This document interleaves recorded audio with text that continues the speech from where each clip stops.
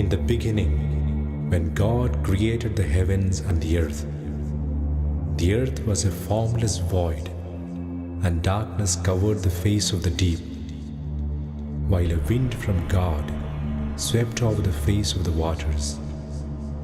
Then God said, "Let there be light," and there was light. And God saw that the light was good, and God separated the light from the darkness. God called the light day, and the darkness He called night. And there was evening, and there was morning, the first day.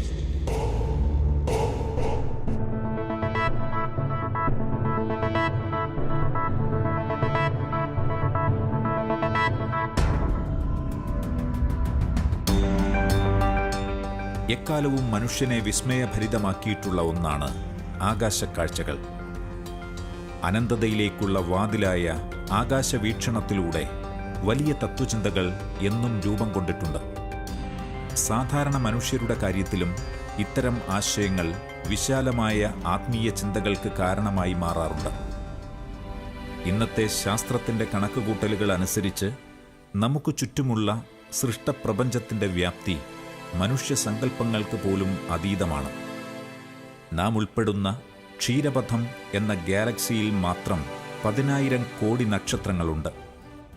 അത്തരം 2 ലക്ഷം കോടി ഗാലക്സികളെങ്കിലും ഈ പ്രപഞ്ചത്തിൽ ഉൾപ്പെടുന്നുവെന്നും ശാസ്ത്രം വിശദീകരിക്കുന്നു. ഇത്തരത്തിൽ പ്രപഞ്ചവിജ്ഞാനീയം അഥവാ cosmology എന്ന ശാസ്ത്രശാഖ വിവരിക്കുന്ന അറിവുകൾ വിസ്മയനീയമാണ്. കോസ്മോളജിയുടെ കണ്ടെത്തലുകൾ ദൈവാന്വേഷിയായൊരു മനുഷ്യനെ സംബന്ധിച്ച് ആത്മീയ ബോധ്യങ്ങളുടെ കലവറയാണ്. ഒരുപക്ഷെ ശാസ്ത്ര മത സംവാദത്തിലെ ഏറ്റവും കഴമ്പുള്ള, ഏറ്റവും ഉള്ളടക്കപരമായിട്ട് ഏറ്റവും അധികം വെല്ലുവിളികൾ നിറഞ്ഞ ഒരു മേഖലയാണ് പ്രപഞ്ചവിജ്ഞാനീയം അഥവാ കോസ്മോളജി, അസ്ട്രോണമി എന്നൊക്കെ നമ്മൾ പറയുന്ന കാര്യങ്ങൾ. നമ്മൾ ഒരു കൊച്ചു കുഞ്ഞ് തന്നെ അത്ഭുതം കൊള്ളുന്നത് ഈ പ്രപഞ്ചത്തെ പറ്റിയാണ്. ആദ്യമായിട്ട് അമ്പിളിമാവിനെ നോക്കി അത് എന്താണ് എന്ന് പിഞ്ചു കുഞ്ഞ് അമ്മയോട് ചോദിക്കുന്നതിൽ നല്ലേ യഥാർത്ഥത്തിൽ തത്വശാസ്ത്രത്തിൻ്റെയും ദൈവശാസ്ത്രത്തിൻ്റെയും ശാസ്ത്രത്തിൻ്റെ തന്നെയും ആരംഭം എന്ന് നമ്മൾ പരിശോധിക്കേണ്ടതുണ്ട്. അതുകൊണ്ടാണ് അത്ഭുതമാ, ആകാംക്ഷയ, ജിജ്ഞാസയ മനുഷ്യൻ്റെ ജ്ഞാനസാധനയുടെ എല്ലാം പ്രഥമ ബിന്ദു എന്ന് നമ്മൾ പറയുന്നത് എന്ന്. അത്ഭുതത്തിൽ നിന്ന് തുടങ്ങുന്ന പ്രപഞ്ചവിജ്ഞാനിയും ഒരുപക്ഷേ ഇന്ന് അവസാനിക്കുന്നതും ഇതേ അത്ഭുതത്തിൻ്റെ തന്നെയാണ് എന്ന് പറയണം. പ്രപഞ്ചത്തെപ്പറ്റി ശാസ്ത്രം വിസ്മയം കൊള്ളുകയായി ഇന്ന് എന്നും. ചോദിക്കുന്നതിനേക്കാൾ അധികം, കണ്ടെത്തുന്നതിനേക്കാളും അധികം കണ്ടെത്താനിരിക്കുന്നതിനെ പറ്റിയും അറിയാനിരിക്കുന്നതിനെ പറ്റിയും ഒക്കെയുമുള്ള ഔത്സുക്യം ഇന്ന് ശാസ്ത്രത്തെ വിസ്മയഭരിതമാക്കുകയാണ്. അതുകൊണ്ട് തന്നെ ശാസ്ത്രവും വിശ്വാസവും തമ്മിലുള്ള സംവാദത്തിൽ പ്രപഞ്ചവിജ്ഞാനീയത്തിന് മർമ്മപ്രധാനമായ ഒരു സ്ഥാനം തന്നെയാവുള്ളത്. അനവധി ശാസ്ത്രജ്ഞർക്ക് തങ്ങൾ കടന്നുപോകേണ്ട വഴികളെക്കുറിച്ചുള്ള ആഴമേറിയ ദർശനം സമ്മാനിച്ചിട്ടുള്ളത് പ്രപഞ്ചത്തെക്കുറിച്ചുള്ള അനന്തമായ ചിന്തകളും അതുവഴി വെളിപ്പെട്ട പ്രപഞ്ച നിയമങ്ങളുടെ യുക്തികളുമാണ്. ആകാശക്കാഴ്ചകൾ സമ്മാനിച്ച തത്വശാസ്ത്ര ശകലങ്ങൾ അനേകരുടെ മനസ്സിനെ വിശാലമായ വീഥികളിലൂടെ എക്കാലവും നയിച്ചിട്ടുണ്ട്. ഇത്രമാത്രം വിസ്തൃതവും മനുഷ്യമനസ്സിന് ദുർഗ്രഹവുമായ ഈ പ്രപഞ്ചത്തിൻ്റെ സൃഷ്ടിയെക്കുറിച്ചും സൃഷ്ടാവിനെക്കുറിച്ചുമുള്ള ചിന്തകൾ തലമുറകളുടെ ജീവിത വീക്ഷണത്തെ തന്നെ സ്വാധീനിച്ചിട്ടുണ്ട്. ഇന്നും തുടരുന്ന ആ കൗതുകത്തിൻ്റെ അനന്ത കലവറയാണ് പ്രപഞ്ചവിജ്ഞാനീയം. ഒരു മഹാകടങ്കഥ കണക്കെ എൻ്റെ മുന്നിൽ നിന്ന് ഈ പ്രപഞ്ചത്തെ പറ്റിയുള്ള മനനം, അതാണ് എന്നിലെ ശാസ്ത്രജ്ഞനെയും തത്വജ്ഞാനെയും ഒക്കെ ഉണർത്തിയത് എന്ന് ഐൻസ്റ്റൈൻ പറയുന്നത്. ഐൻസ്റ്റൈൻ്റെ ഈ കൗതുകമൊക്കെ ശാസ്ത്രം ഒന്നുകൂടി പരിപോഷിപ്പിച്ചിട്ടേ ഉള്ളൂ, ഒരിക്കലും പൂർത്തീകരിച്ചിട്ടില്ല എന്നുള്ളതാണ്. അതുകൊണ്ട് തന്നെ നമ്മുടെ ശാസ്ത്ര മത സംവാദത്തിൻ്റെ ഈ പരമ്പരയിലെ ഈ എപ്പിസോഡ് പൂർണ്ണമായും നമ്മൾ കേന്ദ്രീകരിക്കുന്നത് പ്രപഞ്ചവിജ്ഞാനീയത്തിൻ്റെ ദാർശനിക മതാത്മക മാനങ്ങളെ പരിശോധിക്കുന്നതിന് വേണ്ടിയാണ്.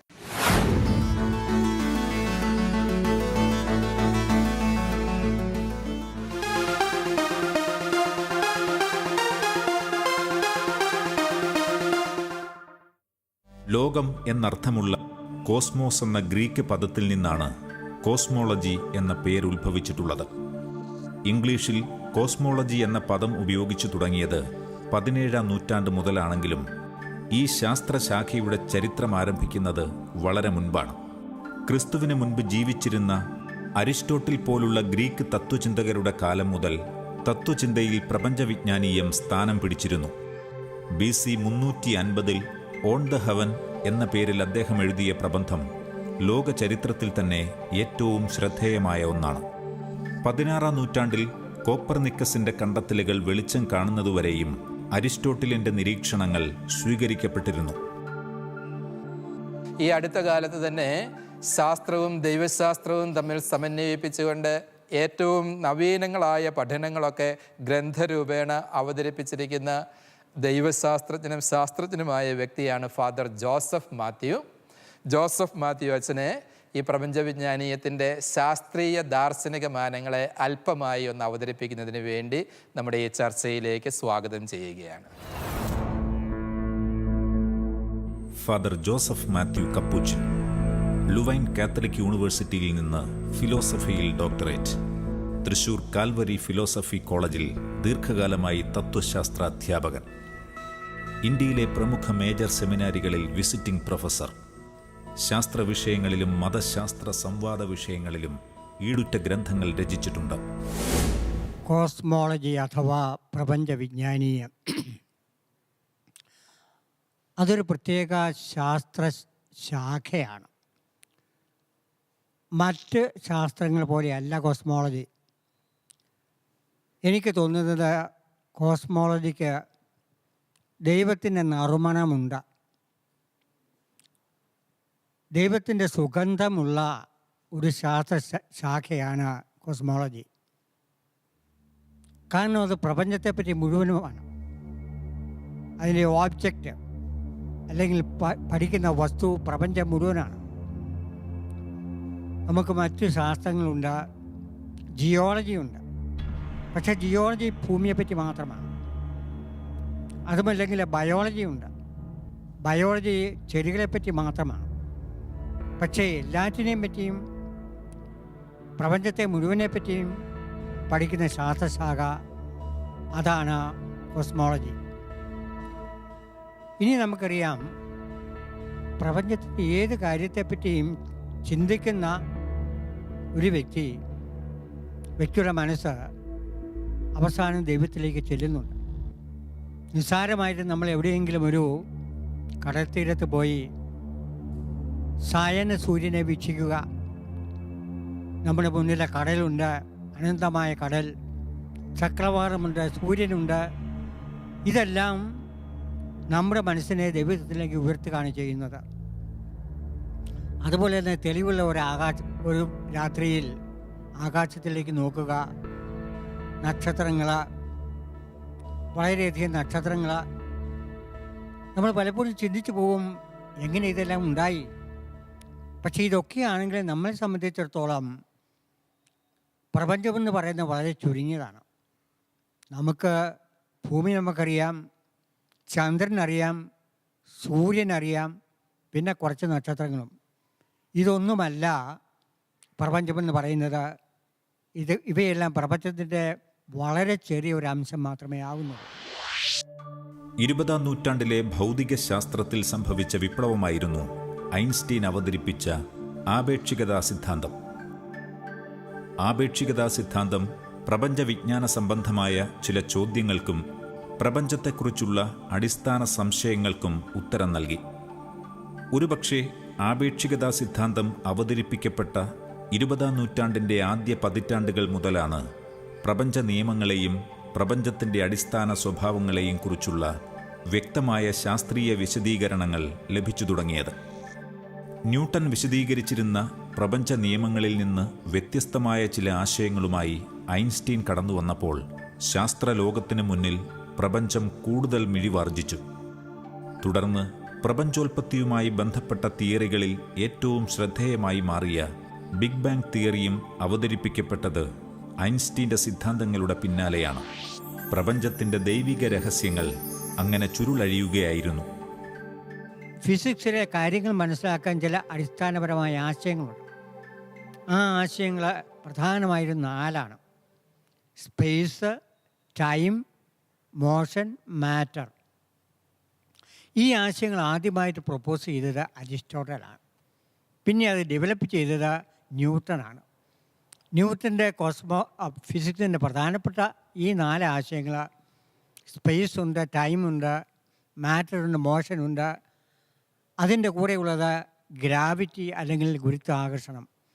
ഇത്രയും ആയാൽ ന്യൂട്ടൻ്റെ ഫിസിക്സായി. ഇനി ന്യൂട്ടൻ്റെ ഫിസിക്സിൻ്റെ ഒരു പ്രത്യേകത എന്താണെന്ന് ചോദിച്ചാൽ, ഈ 4 ഘടകങ്ങൾ ഇൻഡിപെൻഡൻ്റാണ്. അവ തമ്മിൽ യാതൊരു ബന്ധവുമില്ല. അതാണ് അതിൻ്റെ പ്രത്യേകത. അതുപോലെ തന്നെ ഗ്രാവിറ്റിയും ഇവയായിട്ട് യാതൊരു ബന്ധവുമില്ല. അതാണ് ന്യൂട്ടൻ്റെ ഫിസിക്സ്. അദ്ദേഹത്തിൻ്റെ കോസ്മോളജിയും അതുപോലെ തന്നെയാണ്. അതായത് അദ്ദേഹത്തിൻ്റെ കോസ്മോസിന് ചലനമില്ല, നിശ്ചലമാണ്. കോടാനുകോടി നക്ഷത്രങ്ങളുണ്ട് എങ്കിൽ തന്നെയും അവയെല്ലാം നിശ്ചലമായിട്ട് പ്രപഞ്ചം നിശ്ചലമാണ്. അതാണ് ന്യൂട്ടൻ്റെ കോസ്മോളജിയുടെ അടിസ്ഥാന തത്വം. ഇതെല്ലാം മാറുന്നു ഐൻസ്റ്റൈൻ്റെ ഫിസിക്സും കോസ്മോളജിയും വരുമ്പോൾ. ഐൻസ്റ്റൈൻ ചെയ്ത വളരെ ലളിതമായ കാര്യങ്ങളാണ്. അദ്ദേഹത്തിൻ്റെ സിദ്ധാന്തം നമുക്കറിയാം. ആപേക്ഷിക സിദ്ധാന്തം, റിലേറ്റിവിറ്റി എന്ന് പറഞ്ഞാൽ ന്യൂട്ടൻ ഇൻഡിപെൻഡൻ്റ് ആയിട്ട് കണ്ട 4 കാര്യങ്ങൾ, 4 കോൺസെപ്റ്റ്സ് അദ്ദേഹം റിലേറ്റീവാക്കി. സ്പേസ്, ടൈം, മാറ്റർ, മോഷൻ 4 എണ്ണമില്ല. ഈ 4ഉം കൂടെ ഒന്നാണ്.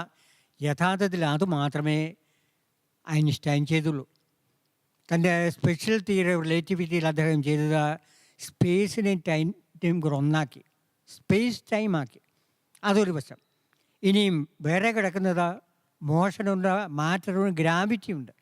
അദ്ദേഹം തൻ്റെ ജനറൽ തിയറിയിൽ ചെയ്തത്, പൊതു ആപേക്ഷിക സിദ്ധാന്തത്തിൽ ചെയ്തത്, ഈ സ്പേസ് ടൈമിനെ ഗ്രാവിറ്റിയുമായി യോജിപ്പിച്ചു. അത്രമാത്രമേ അദ്ദേഹം ചെയ്തുള്ളൂ. അപ്പോൾ അവസാനമായിട്ട് നമുക്കൊരു കാര്യമേ ഉള്ളൂ: സ്പേസ്, ടൈം, ഗ്രാവിറ്റി. അപ്പോൾ പ്രപഞ്ചം അതായിട്ട് മാറി, ഭൗതിക യാഥാർത്ഥ്യം അതായിട്ട് മാറി. ടൈമിനൊരു പ്രത്യേക സ്ഥാനം കൊടുത്തു ഐൻസ്റ്റൈൻ. ടൈമിന് പ്രപഞ്ചത്തിലൊരു പ്രധാനപ്പെട്ട സ്ഥാനം കൊടുത്തു. അതുകൊണ്ടാണ് ഈ ബിഗ് ബാങ് തിയറിയുടെ അടിസ്ഥാനം ഐൻസ്റ്റൈൻ്റെ ജനറൽ തിയറി ഓഫ് റിലേറ്റിവിറ്റിയാണ്. അപ്പോൾ എങ്ങനെയാണ് ഫിസിക്സ്, അതുപോലെ തന്നെ കോസ്മോളജിയുമായിരിക്കും.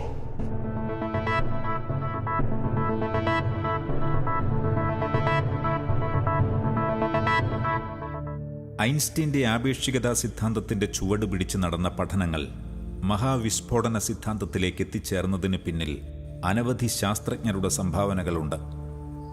വിശ്രുത വാനശാസ്ത്രജ്ഞനായിരുന്ന എഡ്വിൻ ഹബിൾ, ഒരു കത്തോലിക്ക പുരോഹിതനും ഭൗതിക ശാസ്ത്രജ്ഞനുമായിരുന്ന ജോർജസ് ലിമൈത്രേ തുടങ്ങിയവരാണ് ഐൻസ്റ്റീനെ തുടർന്ന് പ്രപഞ്ചത്തിൻ്റെ അടിസ്ഥാന സ്വഭാവത്തെക്കുറിച്ച് നിഗമനങ്ങൾ നടത്തിയവരിൽ പ്രമുഖർ.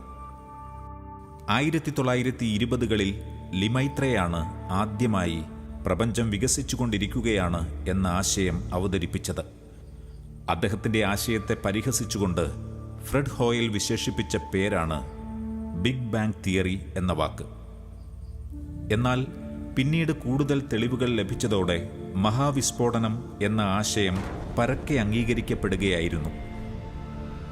പ്രപഞ്ചത്തിന് ഒരാരംഭമുണ്ട്, അത് ഒരു മഹാവിസ്ഫോടനത്തിൽ നിന്നുമാണ് എന്നാണ് ബിഗ് ബാങ് തിയറി പറയുന്നത്. എന്നാൽ ആദ്യകാലങ്ങളിൽ ഐൻസ്റ്റീൻ ഈ ആശയത്തെ അംഗീകരിച്ചിരുന്നില്ല. ഇന്ന് പരക്കെ അംഗീകരിക്കപ്പെടുന്ന മഹാവിസ്ഫോടന സിദ്ധാന്തത്തിലേക്ക് ശാസ്ത്രജ്ഞർ ശ്രദ്ധ കേന്ദ്രീകരിക്കുമ്പോൾ പ്രപഞ്ചത്തിൻ്റെ ആരംഭം എവിടെ നിന്ന് എന്ന ചോദ്യമുയരുന്നു. ആ വലിയ ചോദ്യത്തിന് ഉത്തരം നൽകാൻ ശാസ്ത്രത്തിന് എളുപ്പമല്ല. പ്രപഞ്ച സൃഷ്ടിക്കു പിന്നിലെ ദൈവിക ചൈതന്യത്തിലേക്ക് ആ സിദ്ധാന്തം ഒരു ആത്മീയ അന്വേഷിയെ കൊണ്ടെത്തിക്കുന്നു. പിന്നീട് എഡ്വിൻ ഹബിൾ എന്ന ശാസ്ത്രജ്ഞൻ, അസ്ട്രോണമർ, കണ്ടുപിടിച്ചു ഗാലാക്സികൾ, നക്ഷത്രക്കൂട്ടങ്ങൾ പരസ്പരം അകന്നു പോവുകയാണ്. അതിൻ്റെ അർത്ഥം നമ്മൾ തന്നെ ഒരു ഗാലാക്സിയാണ്. മിൽക്കി വേ എന്നാണ് നമ്മുടെ ഗാലാക്സിയുടെ പേര്. ഈ സൂര്യനെ ചുറ്റി ഗ്രഹങ്ങൾ സഞ്ചരിക്കുന്നുണ്ട്. സൂര്യൻ ഒരു നക്ഷത്രമാണ്, ഒരു ചെറിയ നക്ഷത്രം. അതുപോലെ 10⁻11 നക്ഷത്രങ്ങളാണ് ഒരു ഗാലാക്സിക്കകത്തുള്ളത്. ഒന്നിന് ശേഷം 11 ഇട്ടാൽ എത്രയോ വലിയ ഒരു സംഖ്യയാണോ അത്രയും നക്ഷത്രങ്ങളുണ്ട് നമ്മുടെ ഈ ആകാശഗംഗ എന്ന് പറയുന്ന മിൽക്കി വേയിൽ. ഇതുപോലെ അനേക ഗാലാക്സികളുണ്ട്. ഈ ഗാലാക്സികൾ പരസ്പരം അകന്നു പോയിക്കൊണ്ടിരിക്കുകയാണ്. അതിൻ്റെ അർത്ഥം പ്രപഞ്ചം വികസിക്കുന്നു എന്നാണ്. പ്രപഞ്ചം വികസിക്കുന്നു എന്ന് കണ്ടതോടുകൂടി അടുത്ത അനുമാനം എന്താണെന്ന് വെച്ചാൽ, പ്രപഞ്ചത്തിനൊരു ആരംഭമുണ്ട്.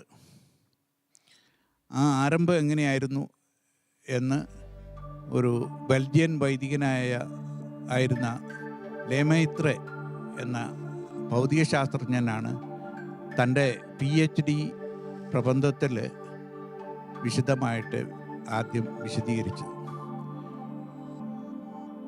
ലെമൈത്രെ പറഞ്ഞു, പ്രപഞ്ചം തുടക്കത്തിൽ ഒരു ചെറിയ കുഞ്ഞിക്കുരുവിനോട് എന്ന് വേണമെങ്കിൽ അത് ആലങ്കാരികമായിട്ട് പറയുകയാണ്, അത്രയും ചെറിയ ഒരു വസ്തുവായിരുന്നു. അത് പെട്ടെന്നൊരു പൊട്ടിത്തെറി ഉണ്ടായി. ആ പൊട്ടിത്തെറിയിലാണ് ഈ നക്ഷത്രങ്ങളും ഒക്കെ ഗ്രഹങ്ങളും എല്ലാം ഉണ്ടായത് എന്ന് അദ്ദേഹം കാണിച്ചു. ഐൻസ്റ്റൈൻ്റെ സിദ്ധാന്തത്തിൽ നിന്ന് അടർത്തിയെടുത്ത ഒരു അനുമാനമാണ്. ഈ പ്രപഞ്ചം എക്കാലവും ഇപ്രകാരം തന്നെ ആയിരുന്നുവെന്നും ഇനിയുള്ള കാലവും യാതൊരു മാറ്റങ്ങളും കൂടാതെ ഇങ്ങനെ തന്നെ തുടരുമെന്നുമായിരുന്നു ഒരു കാലഘട്ടം വരെ ശാസ്ത്രം ധരിച്ചിരുന്നത്.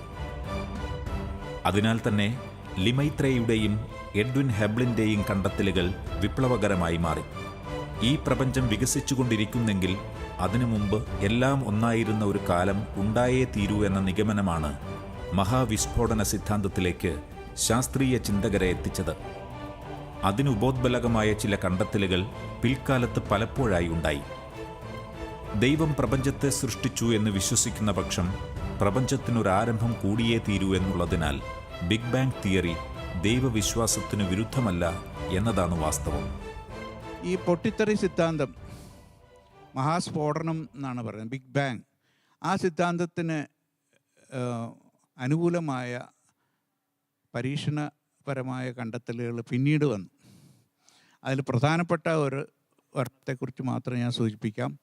1962-63 വർഷത്തിലാണ് ഒരു അജ്ഞാതമായ ഒരു റേഡിയേഷൻ ഭൂമിയിൽ വരുന്നു എന്ന് 2 ശാസ്ത്രജ്ഞന്മാർ, അവർ 2 എഞ്ചിനീയർമാരാണ്, ഇലക്ട്രിക്കൽ എഞ്ചിനീയർമാരാണ്, അമേരിക്കയിൽ കണ്ടുപിടിച്ചു. അവർ ഒരു മൈക്രോവേവ്സ് അതിൽ ഗവേഷണം നടത്തുകയായിരുന്നു. അതിനുവേണ്ടിയുള്ള ആൻറ്റന്ന പരിശോധിച്ചപ്പോൾ അതിൽ ചില പ്രതീക്ഷിക്കാത്ത ചില കണ്ടെത്തലുകൾ അതിൽ നിന്ന് കിട്ടി. അപ്പോൾ അത് വിശകലനം ചെയ്തപ്പോൾ മനസ്സിലായി, ഒരു റേഡിയേഷൻ എല്ലാ ദിശകളിൽ നിന്നും വരുന്നുണ്ട്. ആ റേഡിയേഷൻ എന്താണെന്നുള്ളത് ഒരു വലിയ ചോദ്യചിഹ്നമായിരുന്നു. പക്ഷേ ഈ റേഡിയേഷനെ പറ്റി ലെമൈത്രെ തൊട്ട് പിന്നെ അതുപോലെ ജോർജ് ഗാമോ എന്ന് വേറൊരു റഷ്യൻ ശാസ്ത്രജ്ഞൻ, പിന്നെയും പലരും, ഇവരൊക്കെ അതേക്കുറിച്ച് പ്രവചനം നടത്തിയിട്ടുണ്ടായിരുന്നു.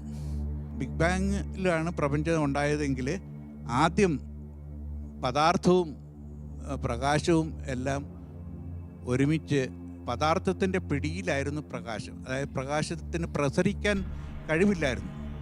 പ്രപഞ്ചം ഉണ്ടായെങ്കിലും കുറേ കാലത്തേക്ക് ആ കഴിവില്ലായിരുന്നു. ഇത് പദാർത്ഥത്തിനിടയിൽ കിടന്ന് ഞെരുങ്ങുകയായിരുന്നു പ്രകാശം. കുറേ അപ്പോഴും പ്രപഞ്ചം വികസിക്കുന്നുണ്ട്. വികസിക്കുന്നതോടുകൂടി ആ താപനില, ടെമ്പറേച്ചർ കുറഞ്ഞപ്പോഴത്തേക്കും പ്രകാശത്തിന് സ്വാതന്ത്ര്യം കിട്ടി. പ്രകാശം പദാർത്ഥത്തിൻ്റെ പിടിയിൽ നിന്ന് മോചിപ്പിക്കപ്പെട്ടപ്പോൾ സ്പേസിലൂടെ അത് സഞ്ചാരം തുടങ്ങി. ആ പ്രകാശത്തിൻ്റെ ഇപ്പോഴത്തെ അവസ്ഥ ഇതാണ്. അന്നത്തെ പ്രകാശം തന്നെയാണ് ഇപ്പോൾ മൈക്രോവേവ്സ് ആയിട്ട് അവർക്ക് കിട്ടിയത് എന്ന് ഉള്ള വ്യാഖ്യാനം വന്നു. ആ വ്യാഖ്യാനം എല്ലാവരും അംഗീകരിച്ചു ക്രമേണ. അപ്പോൾ ഇത് ബിഗ് ബാങ് ഉണ്ടായി, അല്ലെങ്കിൽ മഹാസ്ഫോടനം ഉണ്ടായി, അങ്ങനെയാണ് പ്രപഞ്ചം ഉണ്ടായത് എന്നുള്ള സിദ്ധാന്തത്തിന് ഉപോത്ബലകമായ ഏറ്റവും ശക്തമായൊരു തെളിവായി നിലകൊള്ളുന്നു. പ്രപഞ്ച സൃഷ്ടിക്കു പിന്നിലുള്ള യഥാർത്ഥ കാരണം ബിഗ് ബാങ് തന്നെയാണോ എന്ന വസ്തുത പൂർണ്ണമായും സ്ഥിരീകരിക്കപ്പെട്ടിട്ടുള്ള ഒന്നല്ല. ഇക്കാലത്തെ കണക്കുകൂട്ടലുകൾ അനുസരിച്ച് പരക്കെ അംഗീകരിക്കപ്പെട്ടിരിക്കുന്ന ഒരു സിദ്ധാന്തമാണത്. അതേസമയം ഒരു വിസ്ഫോടനം എന്ന് വിശേഷിപ്പിക്കപ്പെടുമ്പോഴും ശാസ്ത്രത്തിന് വിശദീകരണമില്ലാത്ത പലതും അതിന് മുന്നിലും പിന്നിലുമുണ്ട്. ഒന്നാമതായി, വിസ്ഫോടനശേഷം ചിതറിത്തെറിച്ച എല്ലാ വസ്തുക്കളും ഒരു വലിയ രൂപകൽപ്പനയുടെ ഭാഗമായി മാറുകയാണ് ഉണ്ടായത്. ആ നിമിഷം മുതൽ ചില ഭൗതിക നിയമങ്ങൾക്കധീനമായിരുന്നു സമസ്തവും. കോടിക്കണക്കിന് വർഷങ്ങൾക്കിപ്പുറം ഇന്ന് നാം കാണുന്ന പ്രപഞ്ചം ഈ രൂപത്തിലായിരിക്കുന്നതിന് പിന്നിലെ വലിയ ശക്തി ദൈവമല്ലാതെ ആരുമല്ല. സ്പേസ് തന്നെ വേറെ എന്തോ ആയിരിക്കുന്ന ഒരവസ്ഥയിൽ നിലനിൽക്കുന്ന പ്രപഞ്ചം, ഇത്തരമൊരു പ്രപഞ്ച ദർശനത്തിൽ ദൈവത്തിന് സാങ്കത്യമുണ്ടോ? അതോ പ്രിൻസിപ്പിൾ ഓഫ് കോസാലിറ്റിക്ക് സാങ്കത്യമില്ലാത്ത ഒരു പ്രപഞ്ച ദർശനത്തിൽ ദൈവത്തിന് സാങ്കത്യമുണ്ടോ? അച്ഛൻ അതേപ്പറ്റി എന്ത് ചെയ്യും? സാങ്കത്യമുണ്ട്. അതായത് ഇപ്പോൾ ഇവർ പറയുന്ന ഈ നമ്മുടെ സോക്കോളിലെ ക്വാണ്ടം വാക്യൂം അല്ലെങ്കിൽ മദർ സൂപ്പർ സ്പേസ് ടൈം എന്നൊക്കെ പറയുന്നത്, അത് അനന്തമായിട്ടത് ഒരു അമ്മയാണ്. ആ അമ്മയിൽ നിന്ന് കുട്ടികൾ ജനിക്കുകയാണ്. അത് ജനിക്കുന്നത്, അതിൻ്റെ പേരാണ് എന്താ, ഓരോ ഇടയ്ക്കിടയ്ക്ക് ഓരോ സ്പേസ് ടൈം വരുന്നു. സ്പേസ് ടൈം വന്നാൽ ഉടനെ അതങ്ങ് അസ്തമിക്കുകയാണ്. കാരണം ആ ഗ്രാവിറ്റി ഭയങ്കരമായതുകൊണ്ട് അസ്തമിക്കുന്നു. ഇനിയും ഈ സ്പേസ് ടൈം ചിലത് വന്നിട്ട് അതങ്ങ് പൊട്ടി വലുതാകുന്നു. ആ പൊട്ടി വലുതാകുന്നതിൻ്റെ പേരാണ് ബിഗ് ബാങ് എന്ന് പറയുന്നത്, അല്ലെങ്കിൽ ഇൻഫ്ലേഷൻ എന്ന് പറയുന്നതിൻ്റെ അർത്ഥം അതാണ്. ഇനി ഇതെങ്ങനെ സംഭവിക്കുന്നു? ഇതിപ്പോൾ പൊട്ടി വളർന്നാൽ പോരാ, പൊട്ടി വളർന്നിട്ട് മനുഷ്യയോഗ്യമായ ഒരു പ്രപഞ്ചം എങ്ങനെ ഉണ്ടാകുന്നു? അതാണ് അടിസ്ഥാനപരമായ പ്രശ്നം. ആ പ്രശ്നം വരുമ്പോൾ ഞാൻ പറയുന്നത് തീർച്ചയായിട്ടും ആ ഡിസൈൻ ആർഗ്യുമെൻ്റ് വളരെ നന്നായിട്ട് കൊണ്ടുവരാൻ പറ്റും. പ്രധാന പ്രശ്നം ഇനീഷ്യൽ കണ്ടീഷൻസാണ്. ഈ നമ്മുടെ സോക്കോൾഡ് നമ്മുടെ ബേബി യൂണിവേഴ്സ് അല്ല, നമ്മുടെ യൂണിവേഴ്സ് ബേബി ആയിരുന്നപ്പോൾ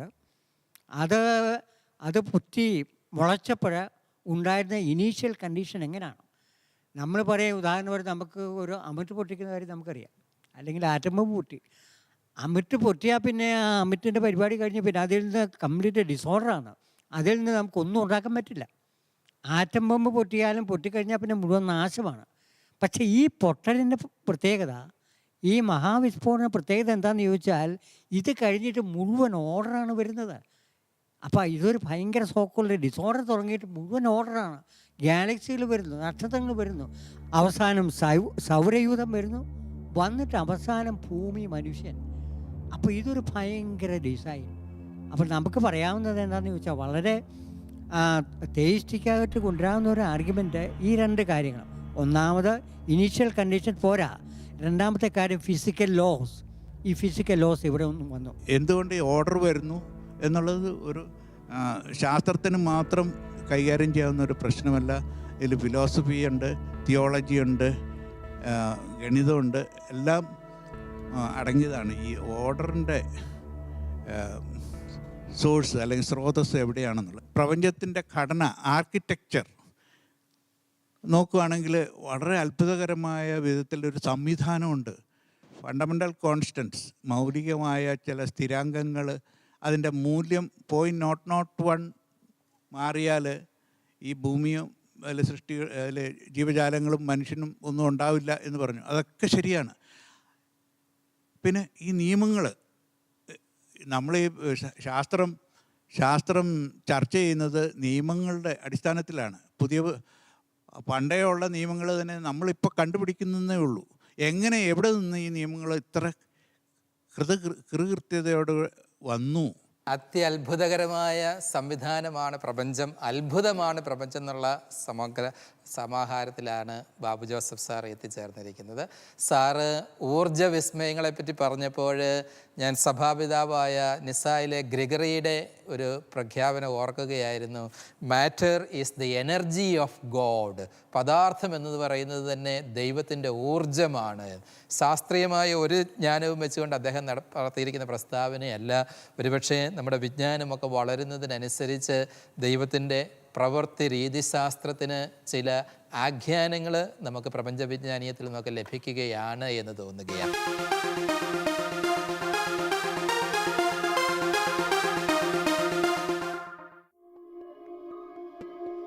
ആത്മീയ ബോധ്യങ്ങളും ശാസ്ത്രീയ കണ്ടെത്തലുകളും ചേർത്തുവച്ച് ആഴത്തിൽ വിശകലനം ചെയ്താൽ നാം കാണുന്നവയ്ക്ക് പിന്നിൽ അനന്തമായി നീളുന്ന വലിയൊരു ശക്തിയുടെ സാന്നിധ്യമുണ്ട്. കോടാനുകോടി നക്ഷത്രങ്ങളും മറ്റാകാശഗോളങ്ങളും കടന്നും അനന്തമായി നീളുന്ന പ്രപഞ്ചത്തിൻ്റെ വിശാലതയും അതിൻ്റെ ഉത്ഭവത്തെക്കുറിച്ചുള്ള വിസ്മയനീയമായ കണ്ടെത്തലുകളും തുടങ്ങി ആകാശക്കാഴ്ചകളുടെ ഓരോ അംശവും ദൈവാന്വേഷിയായ ഒരു മനുഷ്യന് അവസാനിക്കാത്ത ഉൾക്കാഴ്ചകൾ നൽകുന്നു. ഈ ശാസ്ത്രീയ കണ്ടെത്തലുകൾക്ക് പിന്നിലെ ദൈവിക രഹസ്യങ്ങൾ തേടിയുള്ള യാത്ര അവസാനിക്കുന്നില്ല.